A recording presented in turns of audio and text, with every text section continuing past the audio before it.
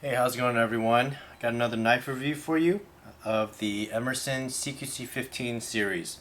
Recently I did a review on the A100 and Mini A100, and I was waiting for my regular size CQC-15 to get in to do a review to put it up, but Darkchild 57 beat me to it. So I love his reviews. He does a great job, just doing a very thorough job on his reviews. So I'm just kind of learning as I go along, but that's definitely one reviewer, so check out his channel. He's a really great guy. So anyway, I did want to give my take in terms of what I thought about the CQC-15. So quick rundown. First is just the materials. You got the standard Emerson G10, as he does with pretty much the majority of his knives. You've got the titanium locking bar, and then the stainless steel liner here. And then you've got the 154 cm blade, standard blade on all Emerson knives, from what I understand. Black pocket clip with the parkerized baking on or whatever, and then the standard Phillips screw heads for the pocket clip as well as for the handles, and then you have the flathead pivot screw on the Emersons. In addition, there's a G10 spacer that's pretty much standard as well, and then you've got the thumb disc deployment, which I think is, to me, I like this deployment the best. Outside of the wave feature, I like this more than thumbs does, and I like it more than the spider holes and everything like that. With the thumb disc, it's hard to flip out without using some wrist action, but for me that's totally fine. I don't think there's really any time, because I mean, if I need to whip it out, then I use the wave feature. If I'm just using it casually, then using the thumb disc is more than adequate. So I like the thumb disc. I think it looks great. Even though as much as I like Spyderco, I think it looks better than having a big hole in your blade. Anyway, so this one is a 2011 model, which features the stone washing. So the flat side here, you see the stone wash, and then you have kind of a polished grind. Both of these knives are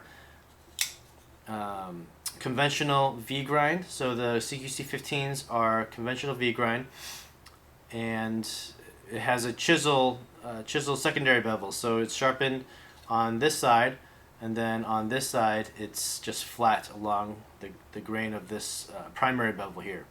So this one on my regular CQC-15 is the satin finish style blade, which also looks very sharp. It's almost kind of like this shimmering matte silver, if you will, and I think it looks really, really sleek.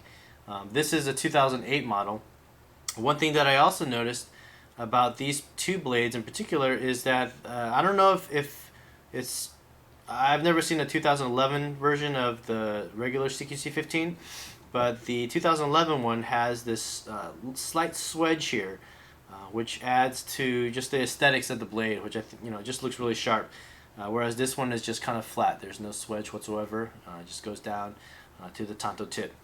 I forgot to mention the standard blade thickness. Blade stock is 0.125 inches as well, so that's standard, and that's going to be the same as your Sebenza, both small and large.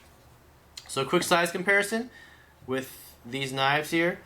We've got the large Sebenza. I'll just kind of, well, I'll do the small Sebenza as well, just so you can get a take. But in all fairness, it's best to compare it against a large Sebenza, because this blade at 3.5 is only 0.125 inches shorter than the large Sebenza.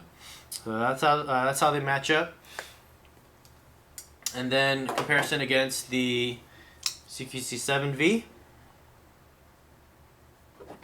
And then last against my A100 right here.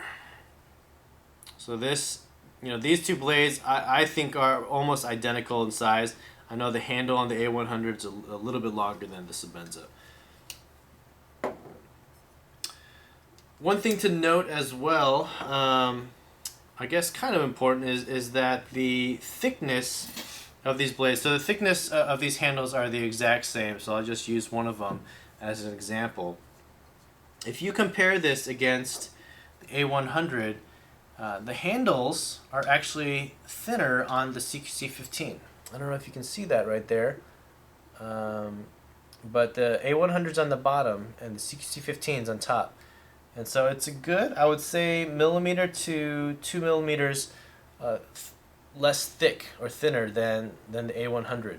So it makes sliding into the pocket much easier. That's one complaint that I have about the A100 as well as the CQC-7 is that the handle scales, or just the handles in general, are thicker. So it feels like this big block that you're sticking down your pocket. But this one, as well as my CQC-13 here, because of the thinner profile, it just fits better in the pocket. So that's one thing that I really like about the fit of the CQC-15. One of the things that I really liked about the CQC-15 that really made me want to get these two knives was the combination of the tanto edge, so not tanto blade, but the tanto edge of the CQC-7 that you see here, as well as the recurve that's featured in the Emerson Commander.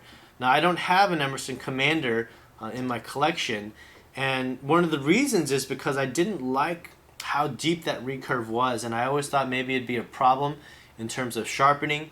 I have a Wicked Edge sharpener, which is a great sharpener, which I'll do a review on one of these days.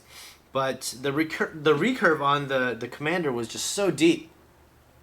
But on the CQC-15, it's much more shallow. It's not straight, obviously, but it just seems like it would make for easier sharpening than the Commander. So you couple the slight recurve with the tanto edge, and it just makes for a great utility blade. And the reason I wanted to get these 15s is, I'm still kind of looking for that perfect knife that I'd like to carry every single day, that could accomplish every single task. And of course, any normal knife is going to work. You can just use a Spyderco Tenacious and do everything that you want to. But as a collector for higher end knives, these Emersons are ones that, honestly, to me, I feel like this could be the knife. I know we say that about a lot of knives that we collect, and then we kind of move on. But these two knives really, more than any other knife, I feel like with its price point and its utility and its materials and all that stuff together, I feel like it really has great potential as that primary EDC blade that I'm going to want to use all the time.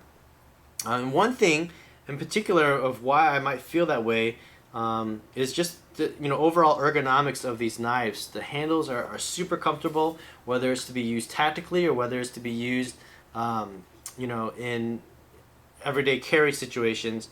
This just makes for the perfect carry knife, and it feels perfect. It's razor sharp out of the box. It's easy to sharpen with just doing one side and then kind of just taking the burr off on this side as well. And again, the utilitarian shape of the tanto with the recurve and everything, as well as for these particular knives, the G10 I think is perfect. It's at perfect grippiness. It's not super grippy like this A100. That's another one of my complaints, is this is a total pocket shredder, because this G10 is just so rough, and I could sand it down, but I'm thinking of selling these knives off. But these G10s, it's relatively smooth, but if you really bear down and need a grip, then these knives will fit perfectly. So anyway, I feel like these, the CQC-15 is a great knife. It has all the features that I'm looking for in a knife. If one of these days, who knows, maybe I'll customize it and make a frame lock, get Ferk or Nathwat to do a customization for me with these knives. If I can get a titanium frame lock on these, I think these would be the absolute perfect knives. So anyway, that's just a quick review of the CQC-15s. Let me know what you guys think. Please comment and subscribe. And yeah, I hope you guys have a great Christmas and holiday season. All right, thanks. Bye.